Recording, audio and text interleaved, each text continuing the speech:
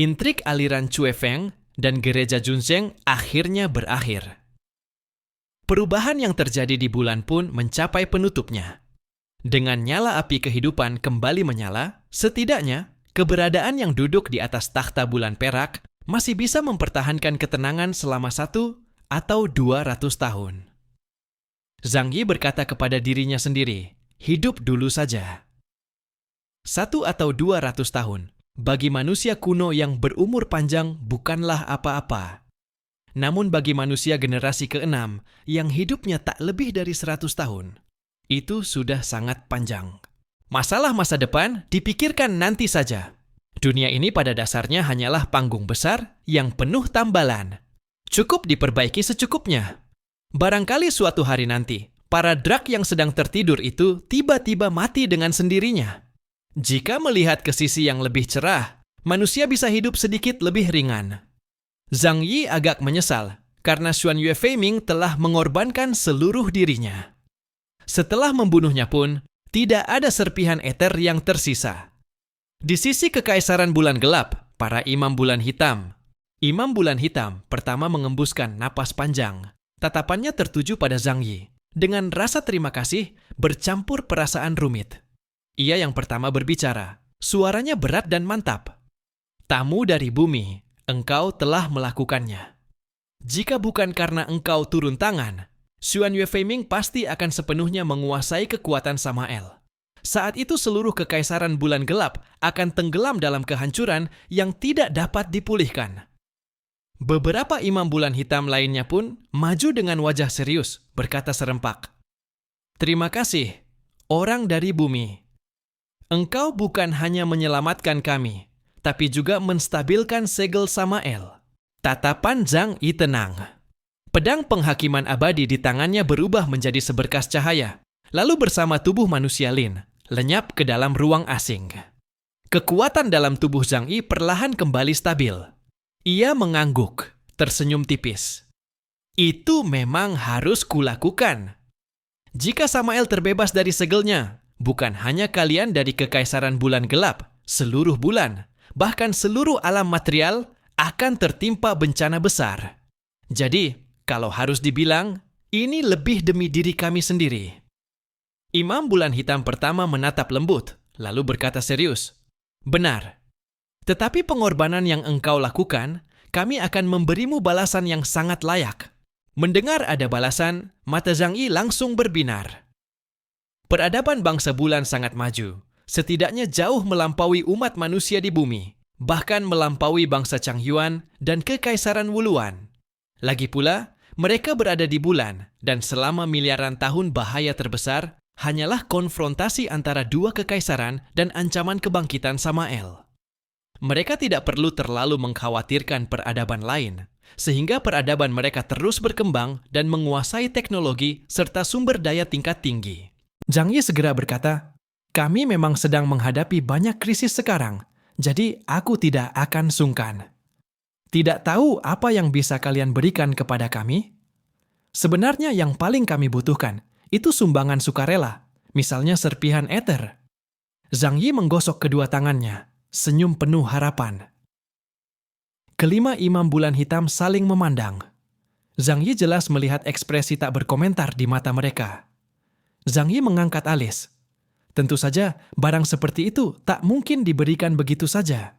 Namun imam bulan hitam pertama menjelaskan, serpihan eter memang sangat langka. Kami sulit memberikannya kepada kalian. Tapi sekarang, yang paling kalian butuhkan adalah pengetahuan. Nada bicaranya seperti guru taman kanak-kanak. Di matanya, peradaban manusia bumi memang seperti bayi berusia 3 tahun. Pengetahuan. Ekspresi Zhang Yi agak aneh.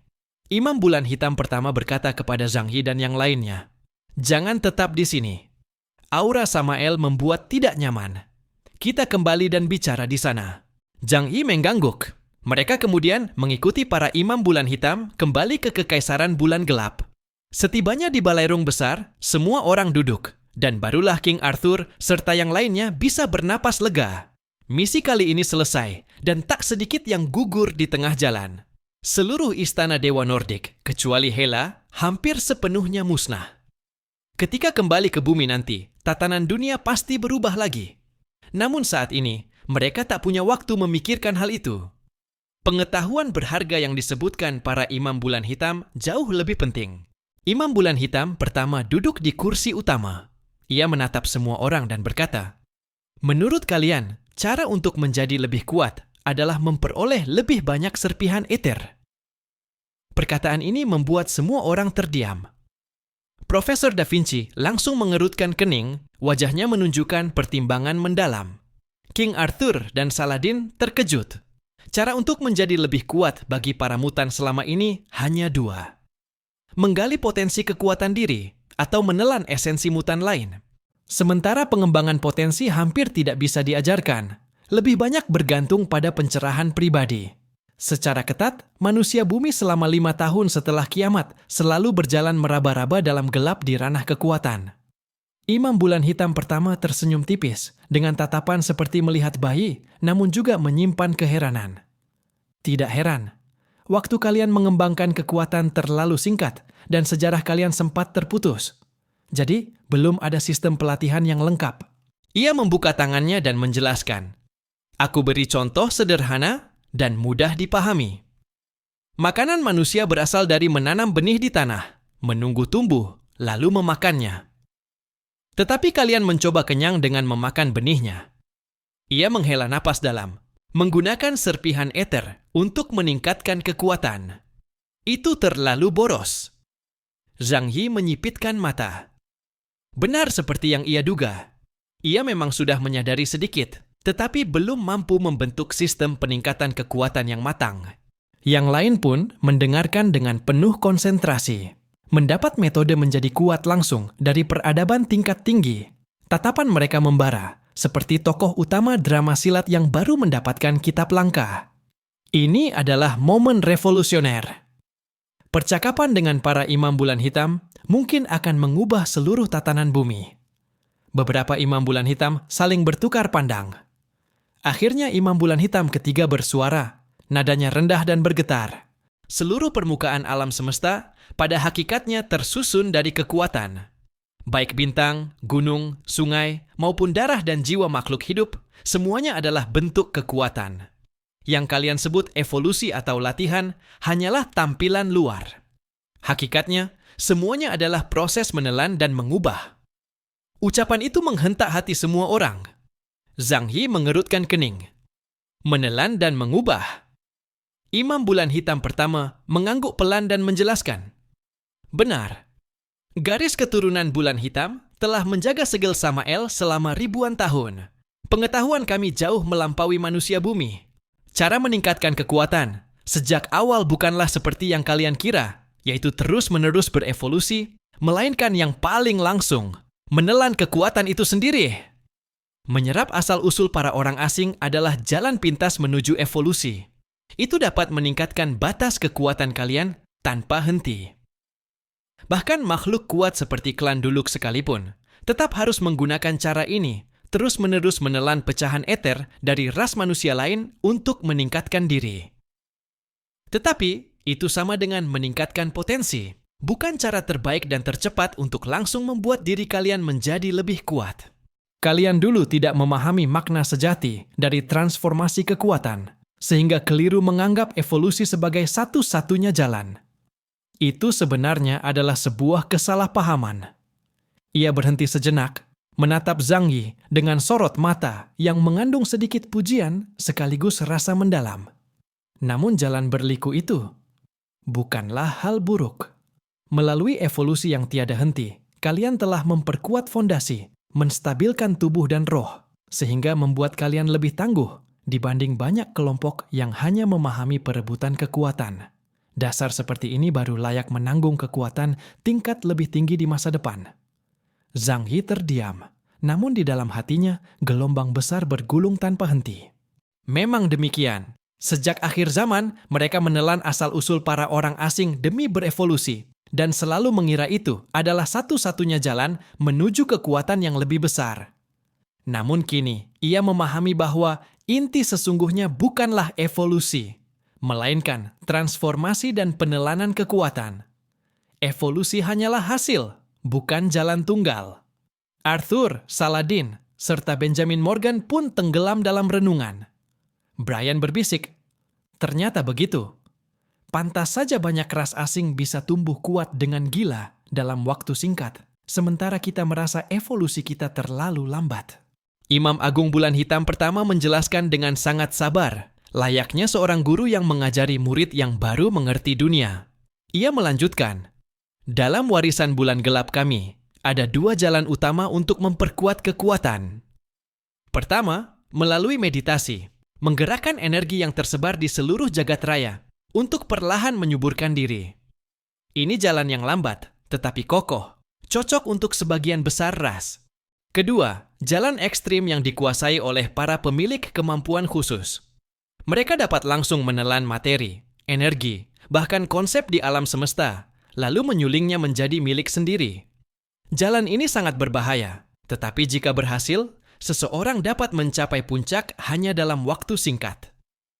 Dalam benak Zhang Yi kembali muncul gambaran tentang kelabang tanah yang dapat menyerap kristal energi, lalu menghasilkan asal-usul kekuatan. Akhirnya ia memiliki pemahaman konkret tentang kekuatan. Alam semesta pada dasarnya adalah ruang hampa, sedangkan manusia dan segala sesuatu yang terlihat oleh mata adalah para pendatang. Itu semua adalah wujud terkondensasi dari kekuatan Sang Pencipta, Kaguo. Karena itu, bintang-bintang, gunung, hutan, bahkan pakaian yang mereka kenakan adalah bentuk dari kekuatan. Jika dibicarakan dalam ranah molekuler, setiap molekul terbentuk oleh interaksi antar gaya. Dan hakikat molekul itu sendiri adalah kekuatan tanpa bentuk. Seandainya Zhang Yi memiliki perut yang mampu melarutkan segalanya, ia bahkan dapat mengubah segumpal tanah menjadi energinya sendiri. Tak heran. Tak heran. Dengan demikian, semuanya menjadi masuk akal. Mengapa dalam legenda, klan Duluk bisa menelan apapun, bahkan tanah sebagai makanan? Itu bukan kelainan, melainkan karena kemampuan mereka dalam transformasi energi telah mencapai tingkat yang mengerikan. Saat mengatakan sampai di sini, suara Imam Agung Bulan Hitam pertama membawa nada berat dan peringatan. Tetapi kalian harus mengerti, penelanan bukan tanpa harga. Jika fondasi tidak kuat, jika hati tidak teguh, pada akhirnya kalian akan dipakan balik oleh kekuatan yang kalian telan, menjadi budak kekuatan itu. Xuan Yue Feiming adalah contoh terbaik. Ia berusaha menelan kekuatan Samael, namun malah menjadi wadah kekuatan itu, dan kehilangan jati diri sepenuhnya. Zhang Yi mengembuskan napas perlahan dan berkata pelan, "Menelan, transformasi, meditasi, atau langsung merampas." Ternyata begitu. Yang Xinxin berkata lembut, "Kalau begitu, selama ini kita menjadikan evolusi sebagai satu-satunya jalan dan mengabaikan aliran kekuatan itu sendiri. Tapi beruntung juga, kita tidak hanya merampas, tetapi juga mengembangkan potensi diri." Di balik matanya berputar rona suram yang sulit ditebak. Ia dan Zhang Yi saling berpandangan sejenak. Mereka telah terbiasa membaca satu sama lain, dan Zhang Yi segera mengingat meditasi. Maka ajaran hati karya Wang Shengren kembali muncul di benaknya. Tokoh yang hidup ratusan tahun lalu ini, melalui pengamatannya sendiri terhadap dunia, terbangkitkan kekuatan secara mandiri. Pemahamannya terhadap alam semesta bahkan telah mencapai ketinggian luar biasa. Bahkan pada zaman itu, Wang Yangming yang tenggelam dalam riset hukum alam, jauh melampaui mereka yang hidup di era teknologi. Kemajuan teknologi yang berlebihan membuat manusia melupakan pencarian batin. Itulah akar tragedi kaum Changyuan. Imam Agung Bulan Hitam pertama memandang Yang Xinxin dan menunjukkan senyum puas. Benar. Kalian mungkin menempuh jalan berliku, namun jalan itulah yang membangun dasar kalian yang kini begitu kokoh. Jika kelak kalian harus menanggung hukum alam semesta tingkat tinggi, kalian akan lebih layak daripada ras manapun. Zhang Yi terdiam sejenak, lalu mengangkat kepala. Tatapannya jernih dan mantap. Kalau begitu, mohon ajarkan kepada kami metode meditasi itu. Para imam bulan hitam mengangguk. Imam Agung Bulan Hitam pertama mengangkat tangan. Cahaya bulan berwarna hitam muncul di telapaknya, berubah menjadi sebuah simbol yang perlahan melayang di depan mereka. Inilah metode meditasi para imam bulan hitam. Mengambil bulan sebagai penuntun, menjadikan hati sebagai perahu, menyelam ke lautan kekuatan, dan menyerap sumber alam semesta. Suaranya berat dan khidmat, seolah mengandung sumpah purba. Ingatlah, kekuatan ada di mana-mana. Bintang adalah kekuatan, daging dan darah adalah kekuatan, bahkan emosi pun adalah kekuatan. Jika kalian dapat mengendalikan alirannya, dalam hembusan dan tarikan napas, kalian menapaki jalan sejati para kuat. Zhang Yi mengangkat wajah. Cahaya simbol itu jatuh ke tubuhnya, dan seketika pengetahuan seperti lautan tumpah ke dalam benaknya. Semua orang yang hadir, termasuk mereka yang berada di dalam bayangan Zhang Yi, ikut menerima banjir pengetahuan itu. Tak lama kemudian, mata Zhang Yi memancarkan ketajaman yang baru. Pada saat itu, ia mengerti, jalan yang mereka tempuh baru saja benar-benar dimulai. Seluruh manusia yang hadir tenggelam dalam keheningan panjang. Bahkan Arthur dan Saladin, yang telah melalui ribuan medan perang dan terbiasa menghadapi kematian serta keputusasaan, memperlihatkan keterkejutan dan rasa malu yang belum pernah muncul sebelumnya. Mereka selalu mengira manusia adalah satu-satunya kelompok kuat yang mampu menantang ras lain setelah akhir zaman, pusat dari era ini. Namun baru sekarang mereka mengerti, dalam ranah sejati kekuatan, mereka seperti kera purba yang belum mengenal cahaya. Apa yang mereka sebut sebagai pelatihan dan evolusi selama ini hanyalah hasil kebetulan dalam pencarian. Tanpa penelanan dan transformasi kekuatan, jalan yang mereka tempuh sebenarnya adalah jalan kuno yang kikuk dan tidak lengkap. Untuk berterima kasih atas bantuan semua orang, para imam hitam bulan dengan tulus mewariskan kepada umat manusia di bumi jalan meditasi yang mereka rangkum selama miliaran tahun.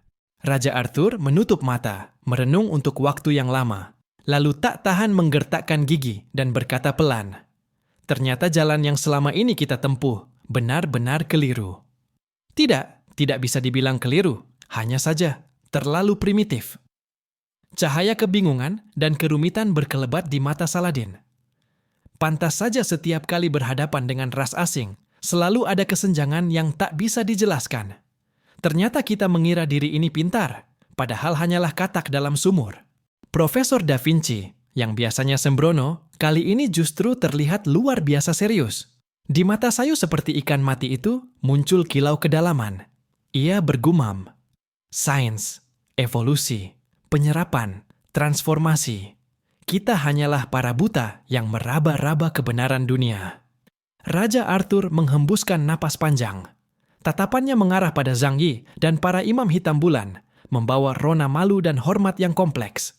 Ia perlahan berkata, suaranya berat seperti gunung, "Manusia sungguh terlalu bodoh." Benjamin Morgan menunduk. Telapak tangannya mengepal perlahan. Ia yang selalu percaya diri, kini tak dapat menyangkal. Bahkan kami, para pejuang yang disebut legenda itu, hanyalah makhluk yang meronta di tengah fata morgana.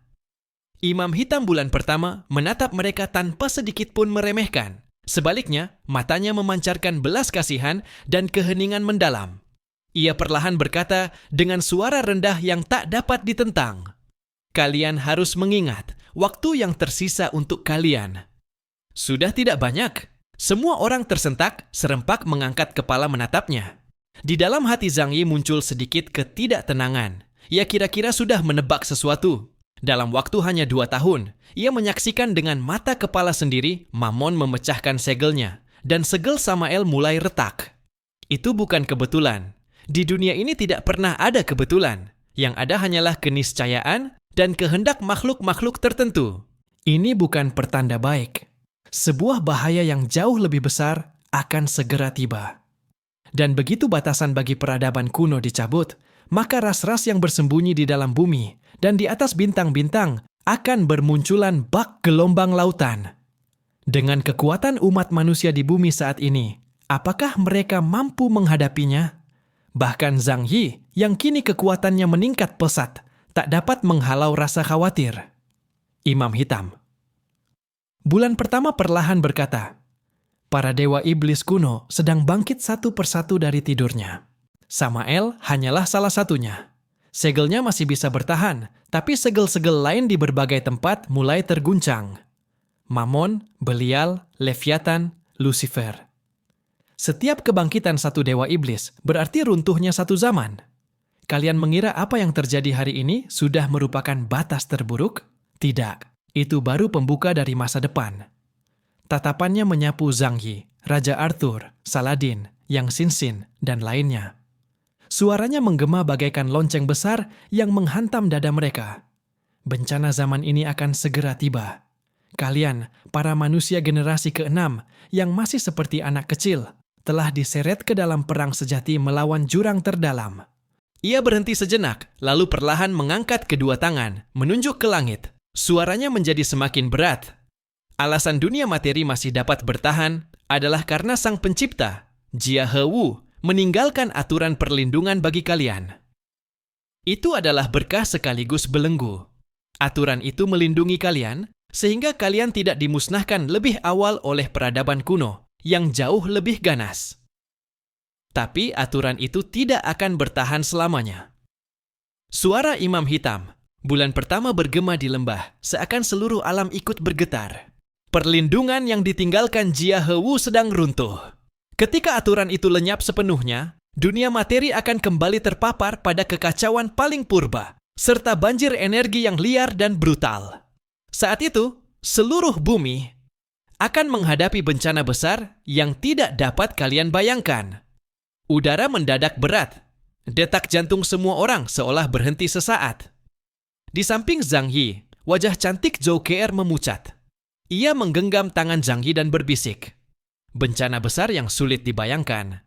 Apa itu sebenarnya? Imam Hitam bulan pertama menatapnya dengan tenang.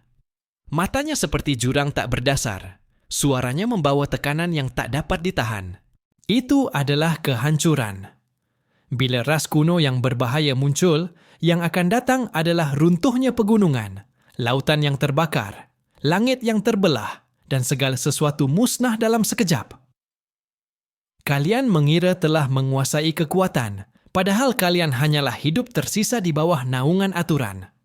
Ketika perlindungan itu hilang sepenuhnya, bahkan napas kalian pun akan ditelan. Tidak semua peradaban seperti kaum bulan. Mereka tidak membantai umat manusia karena mereka telah meninggalkan permukaan bumi dan memiliki bulan sebagai sumber daya sempurna. Lebih lagi, mereka bukan makhluk yang diciptakan langsung oleh pencipta Jia He Wu, sehingga aturan tidak terlalu mengikat mereka.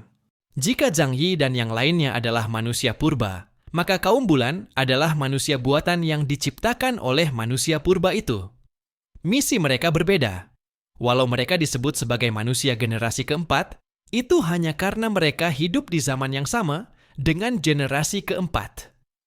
Namun, bila suatu hari batasan kosmos dicabut, peradaban kuno yang bersembunyi di bawah tanah akan bangkit dan pasti berbenturan dengan umat manusia.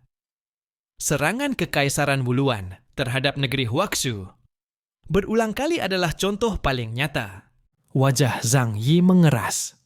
Hatinya dipenuhi firasat dingin. Ia perlahan berkata, "Jadi, kau sedang memperingatkan kami untuk menjadi lebih kuat sebelum aturan itu hilang sepenuhnya." Imam Hitam bulan pertama menatapnya dan mengangguk perlahan.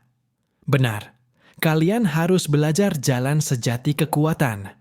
Jangan lagi mengandalkan evolusi semu atau benda luar, tetapi hadapi langsung hakikat kekuatan itu sendiri. Hanya demikian, kalian memiliki secercah peluang untuk hidup ketika bencana besar itu datang. Ingat, jangan berharap siapapun akan menyelamatkan kalian. Kalian harus belajar melindungi diri kalian sendiri." Ucapannya yang terakhir bergemuruh seperti petir di dalam dada semua orang.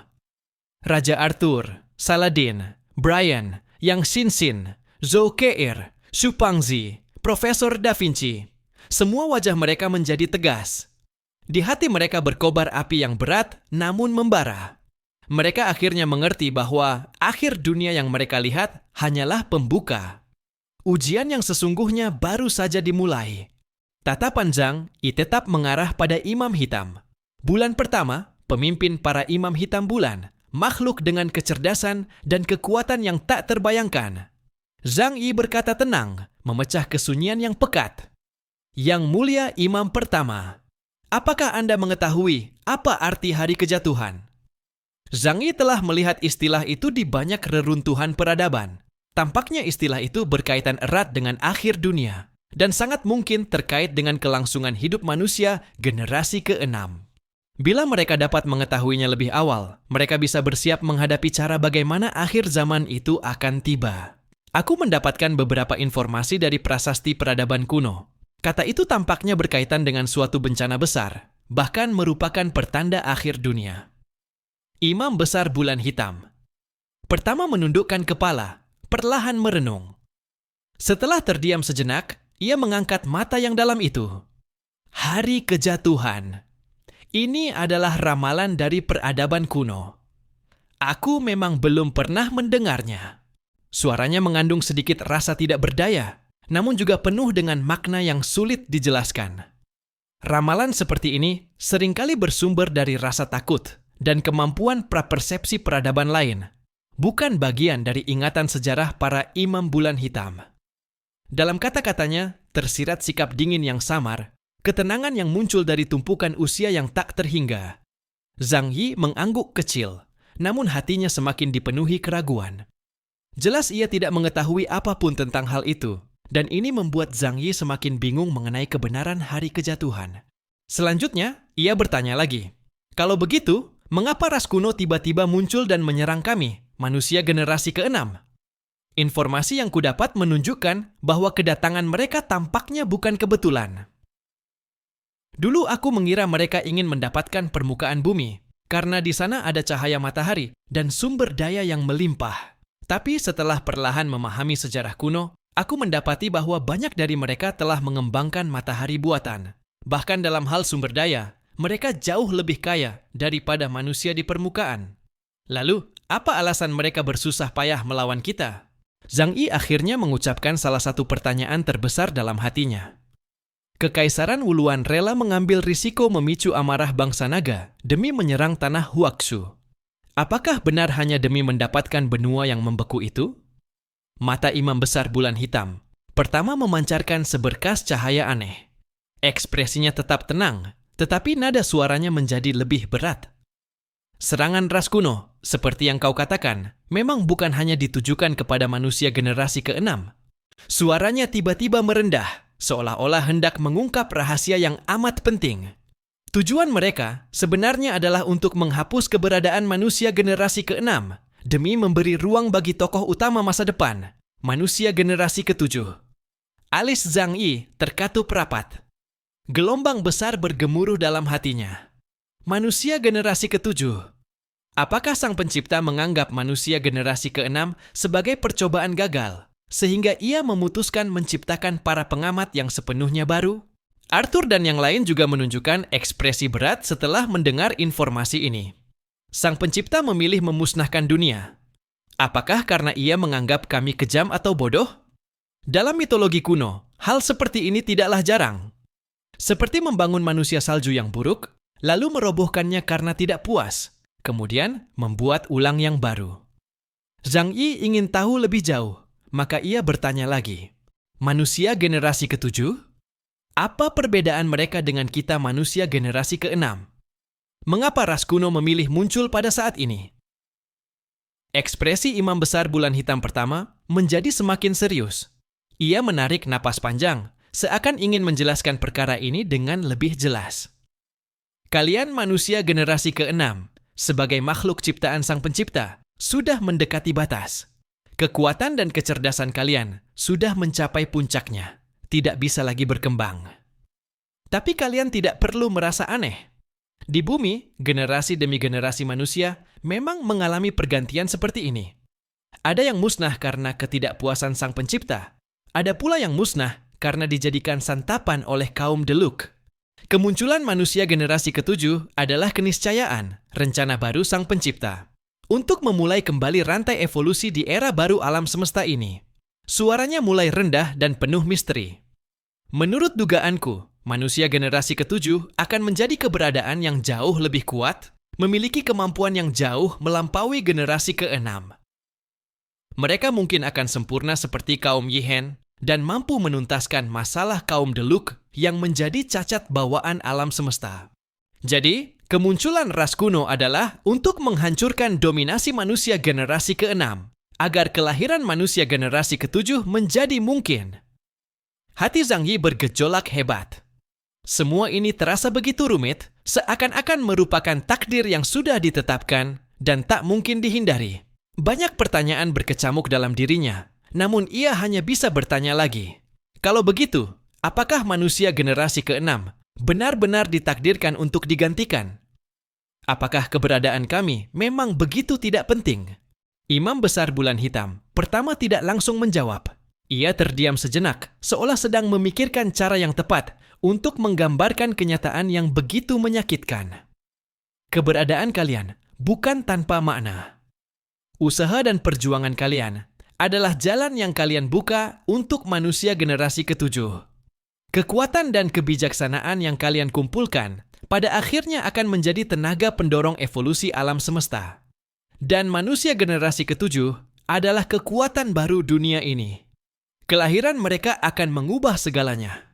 Zhang Yi merasakan tekanan luar biasa datang dari segala arah, seakan seluruh alam semesta menindih dirinya dan membuatnya sulit bernapas. Ia terdiam sejenak, menatap ke langit jauh, dan sekali lagi pertanyaan itu muncul dalam hatinya. Apa yang harus ia pilih?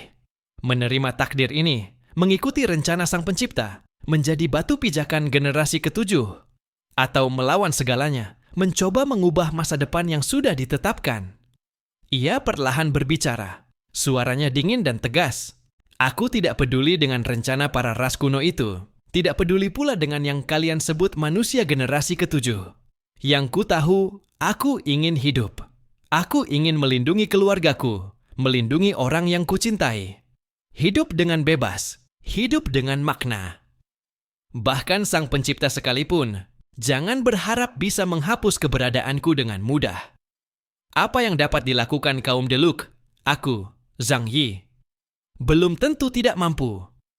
Imam Besar Bulan Hitam pertama tidak menunjukkan keterkejutan. Ia hanya tersenyum tipis. Pendapatmu menarik. Keberadaanmu membuat kami melihat kemungkinan lain. Mungkin ini berkaitan dengan urutan gen Deluk yang ada di tubuh kalian, manusia generasi ke-6. Tatapannya memancarkan emosi rumit, seakan sebuah pengakuan sekaligus keputusasaan. Lalu bagaimana dengan kalian? Zhang Yi akhirnya mengungkap pertanyaan terdalam dalam dirinya. Kalian para imam bulan hitam, bagaimana kalian memandang bencana yang akan datang ini? Apa sikap kalian dalam pergantian era besar ini? Mata imam besar, bulan hitam pertama memancarkan kilau dingin. Tatapannya menembus Zhang Yi, seolah ingin melihat ke dalam jiwanya. Kami para imam bulan hitam selalu berada di dalam bayang-bayang alam semesta. Kami bukanlah ciptaan Kagawu, dan kami telah mengkhianati Sang Pencipta kami sendiri. Jadi sekarang, satu-satunya makna keberadaan kami adalah keberadaan itu sendiri. Adapun bencana ini, semua merupakan proses pemulihan diri alam semesta. Kami bukan kekuatan untuk mengubah dunia ini. Kami hanya pengamat, saksi atas segala yang terjadi.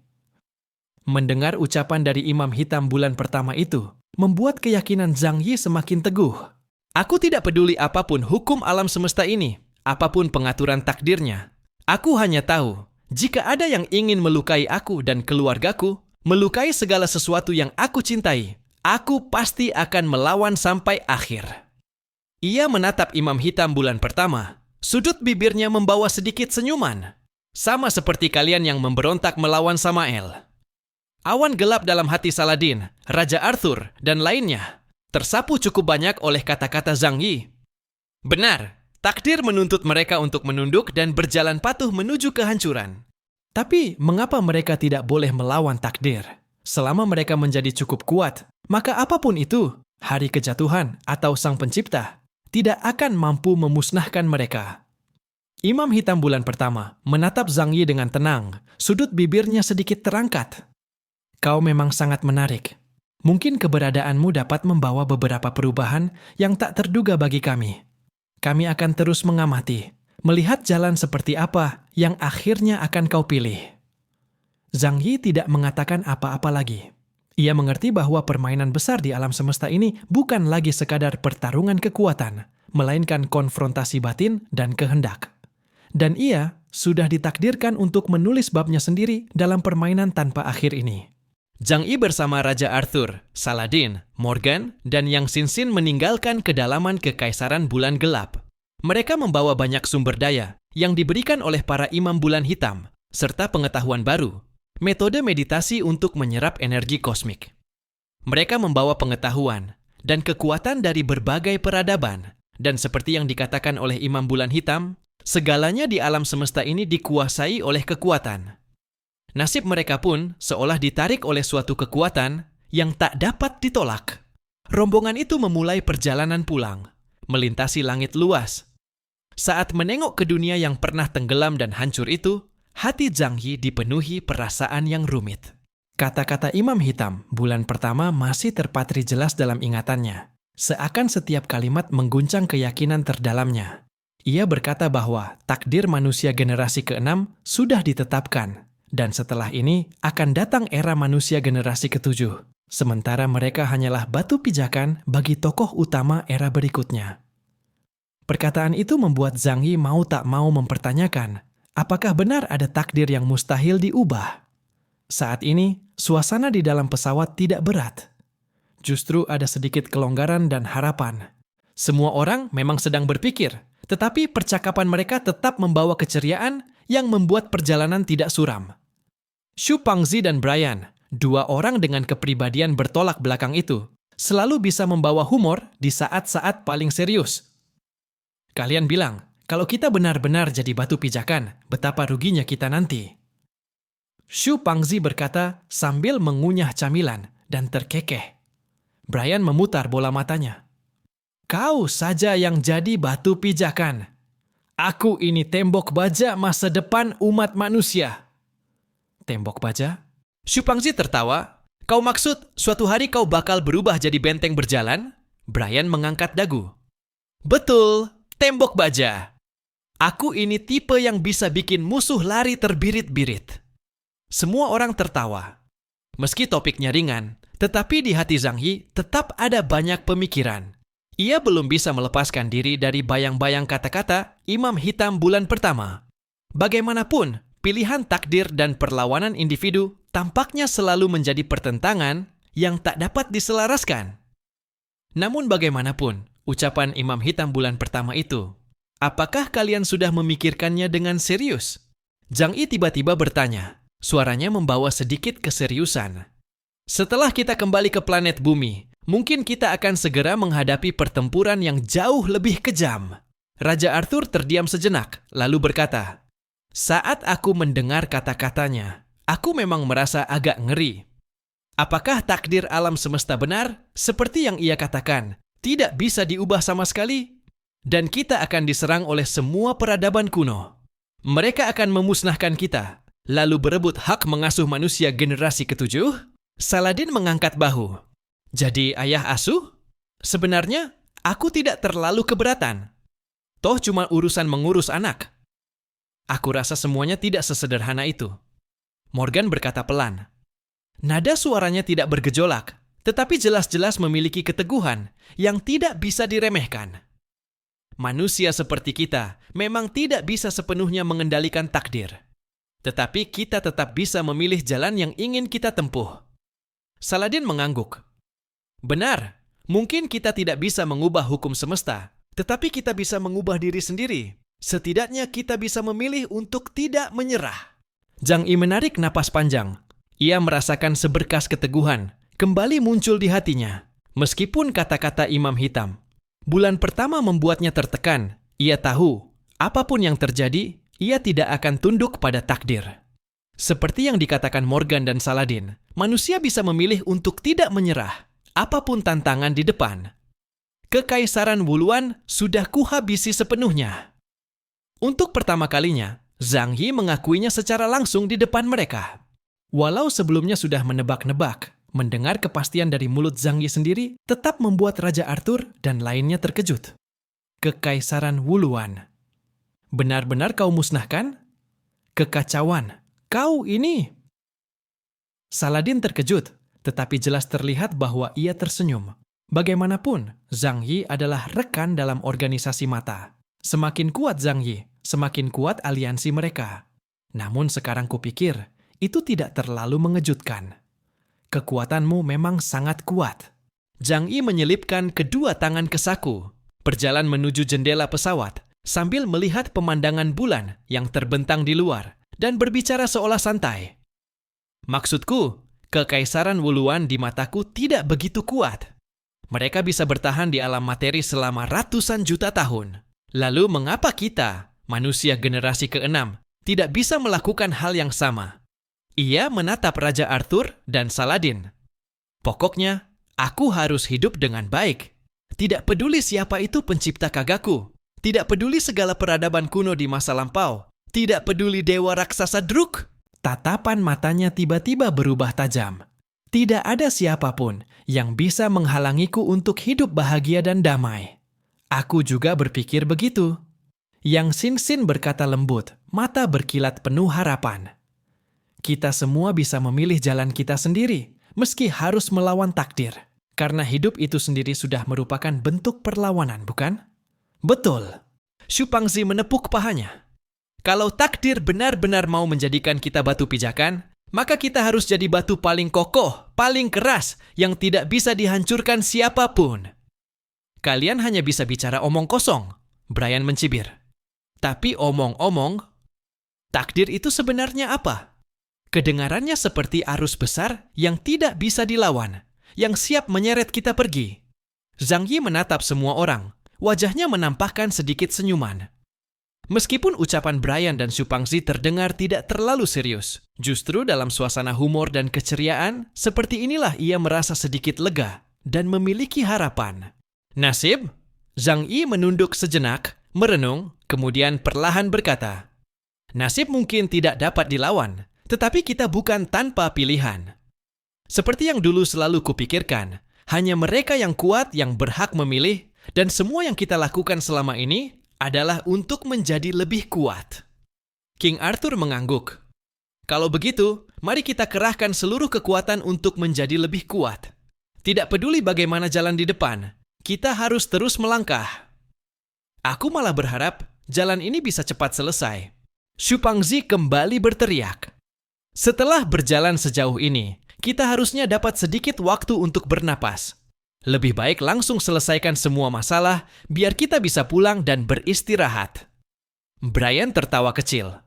Hai bro, kamu memang jago cari alasan buat istirahat. Tapi kalau kamu begitu menantikannya, ya sudah, kita jalan lebih cepat saja. Semua orang tertawa, suasana menjadi ringan dan ceria. Zhang Yi memandang kelompok rekan ini dan merasakan kekuatan tumbuh perlahan di hatinya. Tidak peduli seperti apa masa depan, mereka akan terus melangkah bersama, menghadapi tantangan yang segera tiba.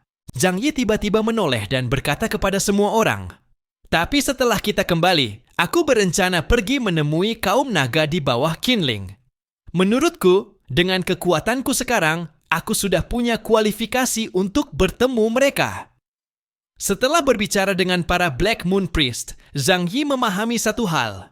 Jika ingin memperdalam pemahamannya tentang dunia ini, ia harus berbicara dengan peradaban yang lebih kuat dan lebih kuno. Karena hanya di tangan, merekalah tersimpan rahasia sejati dunia ini. Bangsa Moon People, bagaimanapun juga bukanlah kelompok yang diciptakan oleh Sang Pencipta, sehingga terdapat perbedaan besar antara mereka. Lalu, bagaimana dengan kaum naga di Qinling? Merekalah yang membentuk Bagua Pranata, penguasa kode alam semesta. Zhang Yi merasa bahwa kekuatan mereka pasti tidak kalah dari Moon People. Dan sekarang, kekuatan tempurnya telah mencapai tingkat ksatria. Mungkin ia memang sudah memiliki kualifikasi untuk memasuki negeri para naga. Semua orang sempat tertegun, lalu King Arthur menjadi yang pertama mengangguk. Kau benar? Kekuatan para naga selalu menjadi misteri. Kini kekuatanmu meningkat pesat, ini memang waktu yang tepat untuk menemui mereka. Keberadaan kaum naga pernah mengguncang seluruh dunia manusia. Dalam perang ketika Kekaisaran Wuluan menyerbu negeri Huaxu, seluruh penduduk Earthstar menyaksikan. Orang-orang bahkan sempat mengira bahwa negeri Huaxu akan dihancurkan sepenuhnya. Namun pada saat seluruh dunia menyaksikan, Bai Longzi muncul. Satu orang, satu pedang bermata dua tebasan menghancurkan Zheng Lo yang saat itu hampir tak terkalahkan, dan satu hembusan napas memusnahkan seluruh pasukan Kekaisaran Wuluan. Bahkan hingga hari ini, ketika kekuatan tempur Zhang Yi telah mencapai tingkat ksatria, ia tetap menganggap kekuatan Bai Longzi sangat mengerikan. Karena itu, perjalanan ke kaum naga sangatlah penting baginya. Saladin juga mengangguk. Keberadaan kaum naga sangat penting bagi umat manusia, karena sejauh ini mereka termasuk sedikit dari peradaban kuno yang memiliki niat baik terhadap manusia. Kebijaksanaan dan kekuatan mereka mungkin bisa memberi kita bantuan besar. Peradaban kuno sangatlah banyak. Ada yang bersikap baik terhadap umat manusia, ada pula yang memusuhi. Banyak orang menduga bahwa hal itu berkaitan dengan apakah mereka merupakan malaikat dari generasi ke-6 manusia. Zhang Yi bisa memastikan bahwa kaum naga adalah ras malaikat yang membimbing garis keturunan Huaxu untuk tumbuh. Benar. Tatapan Zhang Yi mengeras. Tidak peduli seperti apa nasib itu, aku akan terus melangkah. Jika sudah sampai sejauh ini, kita harus terus maju. Xu Pangxi tiba-tiba nyeletuk. Entah di dalam kaum naga, ada tidak ya perempuan naga yang cantik? Kalau nanti kau, Lauda, bisa dilirik salah satu, lalu jadi menantu naga, hidup kita pasti makin cerah. Menantu naga? Posisi seperti apa itu? Zhang Yi mengerjapkan mata lesu. Masalah isolasi reproduksi tidak semudah itu diatasi. Mata Xu Pangxi langsung berbinar, terkekeh aneh. Justru itu kan lebih bagus? Zhang Yi tak tahan lagi. Ia langsung meninju Xu Pangxi hingga terbang ke samping. Kau pergi saja ikut Brian meneliti silikon. Tawa kembali memenuhi isi kapal. Suasananya semakin ringan. Dan akhirnya, Zhang Yi menentukan arah selanjutnya. Setelah kembali ke Earth Star, kaum naga di bawah Qinling akan menjadi kunci bagi langkahnya untuk terus mengeksplorasi kekuatan. Tak peduli seperti apa tantangan masa depan, ia tidak akan menunduk. Ia sudah memutuskan untuk menapaki jalannya sendiri, melindungi dirinya dan orang-orang di sekitarnya, tanpa membiarkan nasib menguasai semuanya. Pesawat Dreamer mendarat di permukaan bulan. King Arthur dan lainnya menatap Zhang Yi dengan bingung. Kenapa berhenti? Kau menunggu seseorang? Zhang Yi memandang mereka, lalu berkata, Aku sudah berjanji kepada para penduduk Kekaisaran Huiyue untuk menemui makhluk kuno yang mereka ceritakan. Karena kekacauan di Abyss of Constant Darkness, Zhang Yi memilih pergi bersama semua orang sebelum ritual penyalaan Fire Seed selesai. Namun saat pertama tiba di bulan, orang-orang Huiyue sudah menghubunginya. Mereka mengatakan bahwa para makhluk kuno yang abadi itu ingin bertemu dengannya. Mungkin yang sebenarnya ingin mereka temui adalah tubuh manusia milik Ling yang ia bawa. Kebetulan Zhang Yi pun punya beberapa pertanyaan yang ingin ia tanyakan kepada para Ihen yang kuno dan kuat itu. Mata King Arthur memancarkan cahaya penuh kegembiraan. Kita ikut bersamamu. Ia pun punya banyak pertanyaan yang ingin ia tanyakan. Zhang Yi tersenyum kecil dengan nada menggoda. Tapi mereka menyebutkan dengan jelas bahwa yang ingin mereka temui hanya aku seorang. Kalian tunggu saja di sini dengan tenang. Meski mereka sudah cukup akrab, tetapi belum sampai ke tingkat itu. Informasi adalah harta berharga, dan ia ingin menikmatinya sendiri. Morgan dan yang lainnya melihat niat Zhang Yi, lalu berjalan dengan senyum penuh kelicikan. Jangan pelit begitu dong, kami bisa bayar. Sebutkan saja harganya. Ini bukan soal harga. Zhang Yi memutar mata. Mereka itu keberadaannya mampu menghilangkan nyawa kita hanya dengan hembusan napas. Kalau mereka sudah menunjuk ingin bertemu hanya denganku, jelas aku tidak bisa membawa siapapun. Melihat Morgan masih tidak menyerah, hendak terus berbicara, Zhang Yi langsung mengibaskan tangan. Sudahlah, jangan merepotkan. Aku akan segera kembali. Setelah mengatakan itu, Zhang Yi mengusir mereka turun dari Dreamer. Yang Xin Xin, Brian, dan lainnya masuk ke dalam bayangan Zhang Yi, dan ia pun menyimpan Dreamer ke dalam ruang dimensi. King Arthur dan Saladin sudah terbiasa dengan cara Zhang Yi. Meski telah berjuang bersama begitu lama, ia tetap saja tidak percaya penuh pada siapapun. Morgan mulai tak terima, menunjuk Brian yang masuk ke ruang Zhang Yi sambil berteriak, "Kami tidak boleh ikut. Kenapa anjing itu boleh?" "Hei, masa manusia kalah sama anjing?" Zhang Yi meliriknya sambil bertanya datar. "Dia berani makan tai, apa kau berani?" Ia ragu sangat lama, tetap tidak mampu menembus batas moralnya sendiri. Bagaimanapun juga, Morgan adalah taipan terbesar di seluruh Kolombia saat ini, seorang tokoh terpandang. Kalau benar-benar memakannya, sudah pasti ia akan direkam oleh para bajingan seperti Zhang Yi. Pada saat itu, bukankah ia akan menjadi bahan tertawaan seluruh dunia? Namun jika tidak memakannya, ia juga tidak ingin melewatkan kesempatan untuk berbicara dengan keberadaan kuno dari Kekaisaran Bulan Cemerlang. Ketika ia masih ragu-ragu, Brian sudah melenggang masuk ke ruang bayangan dengan langkah congkak bak seekor anjing yang berhasil. Zhang Yi meninggalkan mereka di tempat semula, kemudian pergi begitu saja, langsung menuju pintu masuk dunia bawah tanah Kekaisaran Bulan Cemerlang. Setelah mereka pergi sangat lama, barulah Morgan menepuk pahanya keras-keras. "Kenapa mereka pergi begitu saja? Padahal sebenarnya aku juga ingin sedikit menantang diri." Raja Arthur menghela napas panjang, berjalan mendekat, lalu menepuk pundaknya. "Lebih baik kau urungkan saja. Sekalipun kau benar-benar memakannya, dia tetap tidak akan membawamu." Rombongan itu saling mengeluhkan sikap Zhang Yi yang tidak memberi muka. Tetapi mereka juga hanya bisa menunggu di sana sampai ia kembali. Meskipun mereka memiliki pesawat luar angkasa sendiri, setelah Zhang Yi kembali, siapa tahu mereka masih bisa mendapatkan beberapa informasi berguna darinya. Karena itu, tak seorang pun mau pergi.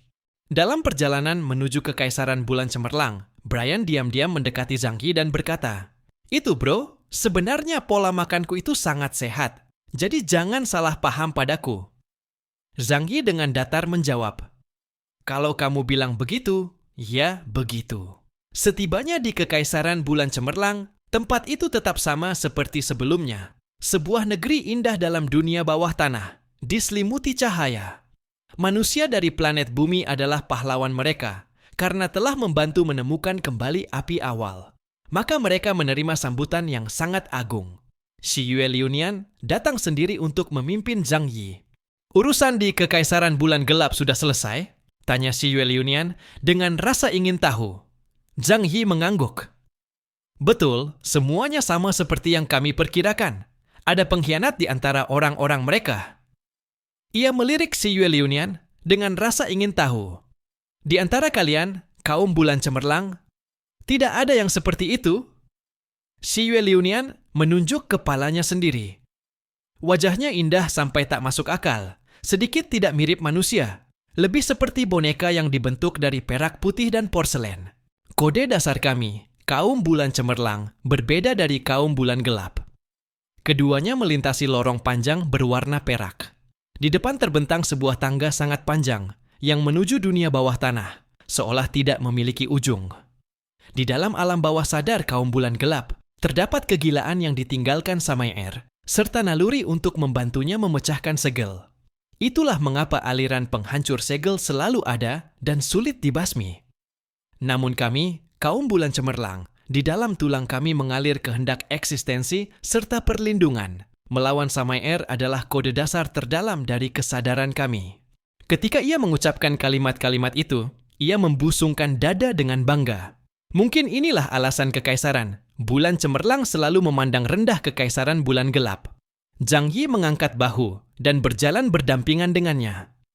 Kecepatan Xi Yue Liunian semakin meningkat, dan Zhang Yi mengikuti di sampingnya dengan kemampuan teleportasi ruang, tidak tertinggal sedikit pun. Hal ini membuat seberkas keheranan muncul di mata Xi Yue Liunian. Keduanya berjalan entah berapa lama, hingga akhirnya mencapai ujung koridor tangga itu. Di bawah wilayah pusat Kekaisaran Bulan Cemerlang, Zhang Yi memasuki sebuah tempat yang belum pernah disaksikan manusia, dipandu oleh Xi Yue Liunian.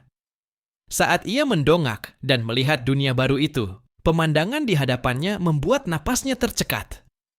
Ini adalah dunia bawah tanah yang bukan dunia fana, namun lebih luas daripada langit dan lebih dalam daripada samudra. Tak terhitung kristal perak membentuk dunia itu, memancarkan cahaya bening dari segala arah, memantulkan ribuan warna pelangi yang ajaib. Setiap kristal seakan memadatkan esensi cahaya bulan, memancarkan aura suci dan abadi. Seluruh ruang terasa seperti permata tanpa celah yang tertanam di kedalaman jagat raya, indah sampai mengguncang jiwa. Di atas, langit-langit menjulang tinggi. Ribuan kristal menjuntai, seperti air terjun kaca yang ditumpahkan oleh para dewa, memercikkan cahaya, membentuk galaksi ilusi. Lantai terbuat dari tumpukan batu kristal berwarna perak. Setiap langkah menghasilkan gaung tua, seakan ia melangkah di atas senar sejarah. Udara jernih namun padat, membawa harum dingin yang samar. Napas kekuatan yang mengendap selama jutaan tahun. Di pusat wilayah itu berdiri 12 takhta agung. Setiap takhta dipahat dari satu bongkah kristal perak raksasa. Ukirannya alami mengalir, seperti cahaya bulan yang membeku. Mereka menjulang tinggi bak gunung, membentuk lingkaran, serupa dewan abadi yang mengawasi ruang sakral ini. Dan di atas takhta-takhta itu, Zhang Yi melihat 12 sosok yang duduk dengan anggun. Masing-masing mengenakan zirah perak yang amat mewah, dihiasi relief bintang dan bayangan bulan, seolah menjadi simbol hukum kosmos. Setiap inci zirah berkilauan, seolah ditempa dari materi purba saat alam semesta pertama lahir. Tubuh mereka besar, sekitar 5 meter, proporsi standar kaum Ihon. Duduk saja, mereka memancarkan kewibawaan sebesar gunung, tetap tidak kehilangan keanggunan dan kesucian. 12 dewi itu memiliki paras berbeda, tetapi semuanya sama-sama menawan. Pancaran mata mereka dalam dan luas seperti samudera bintang, seolah mampu menembus segala ilusi dunia fana. Auranya kuno dan berat, membawa usia miliaran tahun, namun tetap memancarkan ketenangan dan martabat yang jauh dari dunia. Para raksasi ini adalah para dewi Ihon yang berasal dari jalur kenaikan jutaan tahun silam. Mereka pernah melintasi bintang-bintang, turun pada masa awal kekaisaran bulan cemerlang, dan meninggalkan jejak abadi. Kini, mereka tetap menjaga tempat ini, seperti 12 monumen perak yang tidak akan runtuh. Seluruh dunia bawah tanah tampak semakin suci di bawah tatapan mereka. Cahaya kristal dan aura mereka berjalin, membentuk suatu ranah tak kasat mata, membuat siapapun merasa seolah menginjak batas yang melampaui hukum alam semesta. Zhang Yi menengadah, memandang 12 sosok agung itu, merasakan guncangan jiwa yang belum pernah ia alami sebelumnya. Segala keindahan dan kemegahan di sini sudah melampaui batas bahasa manusia. Ia tahu bahwa ia sedang berhadapan dengan keberadaan yang benar-benar menembus zaman dan melampaui dunia fana. Di bawah bimbingan Xi Yueliunian, Zhang Yi perlahan berjalan menuju 12 takhta perak itu. Xi Yueliunian, setelah melihat 12 takhta tersebut, matanya dipenuhi rasa panas dan hormat. Karena merekalah para pencipta kaum bulan cemerlang. Meski Xi Yueliunian telah hidup lebih dari 600 tahun, jumlah pertemuannya dengan mereka, termasuk kali ini, baru 3 kali. Ia melangkah maju, berlutut dengan satu kaki, penuh hormat. Xi Yueliunian memberi hormat kepada 12 leluhur agung. Sesuai kehendak para leluhur, aku telah membawa Zhang Yi, manusia dari planet bumi, yang mewarisi kesadaran kolektif Ihon dari Istana Tianyu.